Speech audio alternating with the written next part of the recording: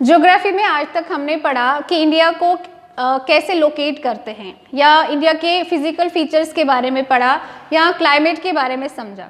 लेकिन एक चीज़ है जिसके बारे में हमने अभी तक नहीं पढ़ा, और ये चीज़ जो है ये बहुत इम्पॉर्टेंट है। आप ऐसा कह सकते हैं कि इसके बिना हम लोगों का सर्वाइव करना जो है वो इम्पॉसिबल है। तो वो है फ्लोरा एंड फौना। अगर हमें फ्लोरा एंड फौना के बारे में पता नहीं होगा तो हम अपने इकोसिस्टम को नहीं समझ पाएंगे, और अगर हम अपने इकोसिस्टम को नहीं समझेंगे तो सैडली हम अपने मदरलैंड को नहीं समझ पाएंगे। तो चलिए फुल एनर्जी के साथ आज हम क्लास 9th का ज्योग्राफी का 5th chapter natural vegetation and wild life शुरू करते हैं। हेलो एवरीवन, मैं हूं अमरीन, और आज का हमारा जो टॉपिक है वो है natural vegetation and wild life. तो ये वीडियो शुरू करते हैं हम टर्म नेचुरल वेजिटेशन के साथ। क्या होता है natural vegetation? What is natural vegetation?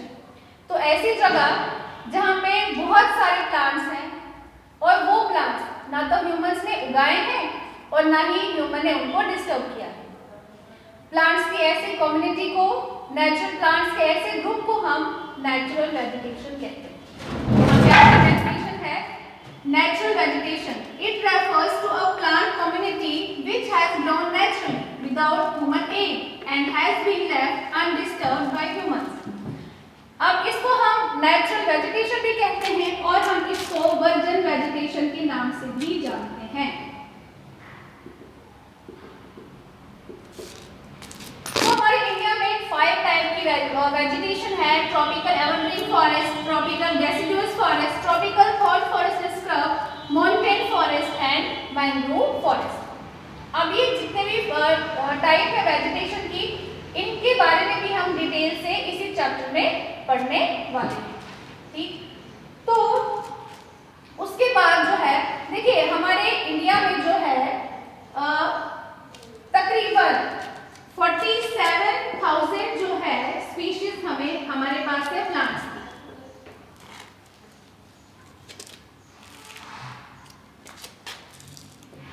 Around 47,000 species हमारे पास है प्लांट्स की, और अराउंड 19,000 स्पीशीज जो है वो है एनिमल्स। ठीक है, अब देखिए, लेकिन इसी के साथ इट्स वेरी अनफॉर्चुनेट कि हमारे कुछ एक्शंस की वजह से प्लांट्स और एनिमल्स की जो ये डाइवर्सिटी है, जो ये स्पीशीज है, इनको बहुत नुकसान पहुंचता है। अब कौन से हैं ये एक्शंस और हम ऐसा क्यों करते हैं, इन सारे क्वेश्चंस के आंसर्स भी हमें इसी चैप्टर में मिलेंगे। देखिए, अगर बात करें हम नेचुरल वेजिटेशन और वाइल्ड लाइफ की, तो हम नेचुरल वेजिटेशन और वाइल्ड लाइफ को दो की टर्म्स से रेफर करते हैं, और वो है flora and fauna. Flora simply means plants और फौना मीन्स हमारा एनिमल्स। इंडिया में फ्लोरा और फौना की ह्यूज डाइवर्सिटी पाई जाती है, इसलिए ये जानना बहुत जरूरी है कि कौन से ऐसे फैक्टर्स हैं जिनसे फ्लोरा और फौना की जो डाइवर्सिटी है वो इफेक्ट होते हैं। तो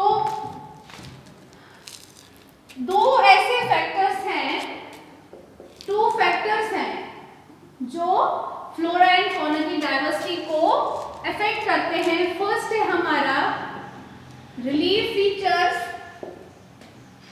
एंड सेकंड है हमारा क्लाइमेट। अब चलिए हम फर्स्ट जो इसका पॉइंट है रिलीफ फीचर के बारे में पढ़ते हैं। अब रिलीफ फीचर के बारे में पढ़ने से पहले चलिए हम थोड़ा देखते हैं कि रिलीफ फीचर होता क्या है, रिलीफ होता क्या है। देखिए, अगर हम बात करें रिलीफ की, तो मतलब जब हम बात करते हैं रिलीफ की, तो हम बात करते हैं टाइप ऑफ लैंड की, शेप ऑफ लैंड की, और टाइप ऑफ सॉइल की।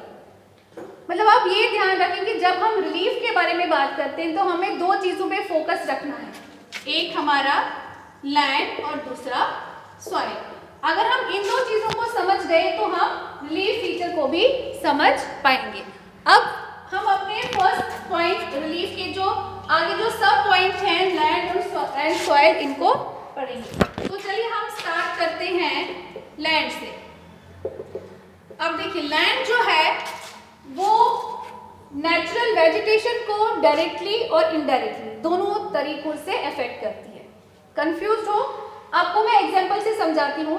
आप इमेजिन कीजिए कि आज आप प्लेन एरिया में गए, उसके बाद आप माउंटेन्स पे गए और उसके बाद आपने डेजर्ट को विजिट किया। ठीक, जब आप इन तीनों जगहों पे गए, क्या आपको इन तीनों जगहों पे सेम टाइप की वेजिटेशन मिली? बिल्कुल भी नहीं। अब इसका रीजन क्या है? इसका रीजन है कि जो प्लेन एरियाज है वो फर्टाइल होते हैं, तो वहाँ पे आपको कल्टीवेशन मिलेगा। जो माउंटेन्स हैं वहाँ पे कहीं कहीं पे आपको ग्रासलैंड्स देखने को मिलेंगे, और जो डेजर्ट है वहाँ पे कैक्टस। तो इससे हम ये कंक्लूड कर सकते हैं कि लैंड के वेरिएशन के साथ साथ, लैंड के बदलने के साथ साथ हमारे पास जो है वो अलग अलग वेजिटेशन भी जो है वो लैंड के साथ साथ बदलती है। ठीक है, अगर तो इससे हम ये जो है वो अंदाज़ा लगा सकते हैं, हमें ये पता चल सकता है कि उस जगह पे फ्लोरा और फाना की कैसी डाइवर्सिटी जो है वो पाई जाती है। तो ये था हमारा लैंड। अब सेकंड है हमारा सॉइल। अब देखिए हम सबको पता है कि हर जगह पे अलग अलग टाइप की सॉइल होती है। ठीक है, जैसे रेड सॉइल आ गया, हमारा ब्लैक सॉइल आ गया या एलोवेरा सॉइल आ गया। और अलग अलग टाइप की जो सॉइल है वो अलग अलग टाइप के वेजिटेशन को सपोर्ट करती है। अगेन कुछ एग्जांपल्स से मैं आपको समझाऊंगी।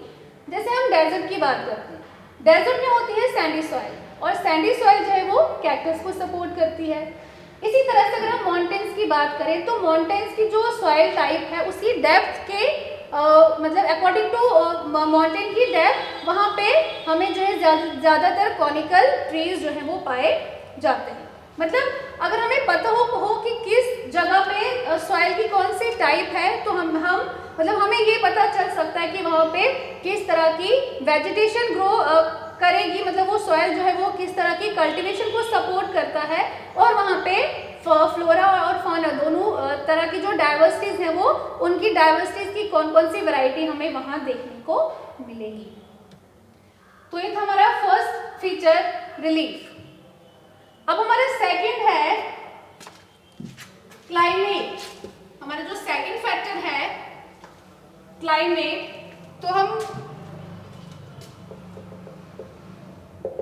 अब देखिए ये जो क्लाइमेट है, क्लाइमेट के केस में हम तीन चीजों पे फोकस करते हैं। वो है पहला हमारा टेम्परेचर, सेकंड है हमारा फोटो पीरियड जिसको आप सनलाइट कहते हैं, और थर्ड है प्रेसिपिटेशन।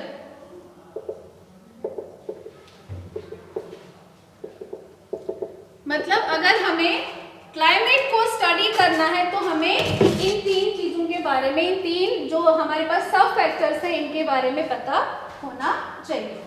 चलिए अब हम इनको वन बाय वन पढ़ते हैं। पहला हम डिस्कस करते हैं, पहला जो पॉइंट है हमारे क्लाइमेट का वो है टेम्परेचर। तो अब टेम्परेचर में क्या है कि देखो टेम्परेचर जहाँ चेंज होता है, जिन एरिया में टेम्परेचर जो है वो चेंज होता है, ऑटोमेटिकली वहाँ पे उस जगह की ह्यूमिडिटी भी चेंज होती रहती है। अब अगर उस जगह की ह्यूमिडिटी चेंज होगी तो ऑब्वियसली उसका जो असर है वो वहाँ की वेजिटेशन की ग्रोथ पर भी होगा। ठीक, तो देखो जैसे एक एग्जांपल से मैं आपको समझाती हूँ। जैसे हम माउंटेन्स की बात करते हैं, हिमालय माउंटेन्स की बात करते हैं, तो हिमालय का जो टेम्परेचर है वो बहुत ज़्यादा कम होता है, वहाँ पे बहुत ज़्यादा ठंड होती है, इसलिए वहाँ पे वैसे ही प्लांट्स, वहाँ पे वैसे ट्रीज ग्रो करते हैं जो खुद को इतनी ठंड से जो है वो प्रोटेक्ट कर सकते हैं। जैसे वहाँ पे कौन से ट्रीज ग्रो करते हैं, ज़्यादातर पाइन, क्योंकि पाइन ट्रीज जो है वो अपने आप को उस चिल जो सर्दी है उससे खुद को प्रोटेक्ट कर सकते हैं। सेकंड है हमारा फोटो पीरियड जिसको हम सनलाइट कहते हैं। सबको पता है कि सनलाइट जो है वो प्लांट ग्रोथ के लिए बहुत ज़्यादा ज़रूरी है, क्योंकि बिना सनलाइट के प्लांट जो है वो अपना फूड जो है वो प्रिपेयर नहीं कर सकते। तो इसलिए जहाँ पे हमें जो सनलाइट है, मतलब सनलाइट का जो बदलना, सनलाइट का जो ड्यूरेशन है, अगर वो बदलता है तो उसका डायरेक्टली बोल सकते हैं या इनडायरेक्टली असर जो है वहाँ की वेजिटेशन पे भी पड़ता है। मतलब सनलाइट जो है ये भी एक फैक्टर है फ्लोरा और फौना की डाइवर्सिटी को अफेक्ट करने में। और हमारा थर्ड है प्रेसिपिटेशन। देखिए आपने पढ़ा होगा कि पहाड़ों पर प्रेसिपिटेशन जो है वो बर्फ की फॉर्म में गिरती है और लैंड पे जो है वो रेन वाटर बारिश की फॉर्म में गिरती है। तो प्रेसिपिटेशन वहाँ पे उन एरियाज में जहाँ पे बहुत ज़्यादा रेनफॉल होती है, बहुत ज़्यादा बारिश होती है, वहाँ पर डेंस वेजिटेशन होती है। तो जब हम घने वेजिटेशन की बात करते हैं तो हमारे माइंड में आता है फॉरेस्ट। ठीक, अब देखिए फॉरेस्ट के हमें बहुत ज़्यादा फायदे आपको भी पता है, पढ़ा भी है। तो देखिए क्या होता है कि पिछले कुछ सालों से जो हमारी जो वेजिटेशन, इंडिया की जो वेजिटेशन है उसमें काफ़ी ज़्यादा चेंजेस आ रही है और वो उन चेंजेस के रेस्पॉन्सिबल कहीं ना कहीं हम हैं। अब वो कैसे हैं? हम लोग कल्टीवेशन के लिए, अर्बनाइजेशन के लिए, या आप बोल सकते हैं इंडस्ट्रियल डेवलपमेंट के लिए फॉरेस्ट को डैमेज कर रहे हैं। और आप इस बात से इनकार नहीं कर सकते कि जितने पेड़ हम काटते हैं उतने पेड़ हम प्लांट नहीं करते, उतने पेड़ जो हम ग्रो नहीं करते। इसलिए हम कॉन्फिडेंस से ये नहीं कह सकते हैं कि इंडिया में जो वेजिटेशन है वो 100% प्योर है या 100% जो है वो नेचुरल है। तो लेकिन कुछ जगहें ऐसी हैं जैसे वेस्टर्न राजस्थान है या सेंट्रल एशिया के जो कुछ हिली एरियाज हैं, वो आप कह सकते हैं कि वहाँ की जो वेजिटेशन है वो 100% प्योर है या 100% नेचुरल है। तो ये था आज का हमारा टॉपिक। देखो हमने कैसे अपना जो टॉपिक है वो बहुत आसानी के साथ और बहुत अच्छे से समझ लिया। अब हम नेक्स्ट टॉपिक में आपके साथ मिलेंगे हमारे दूसरे सब टॉपिक इकोसिस्टम के साथ। Thank you for watching.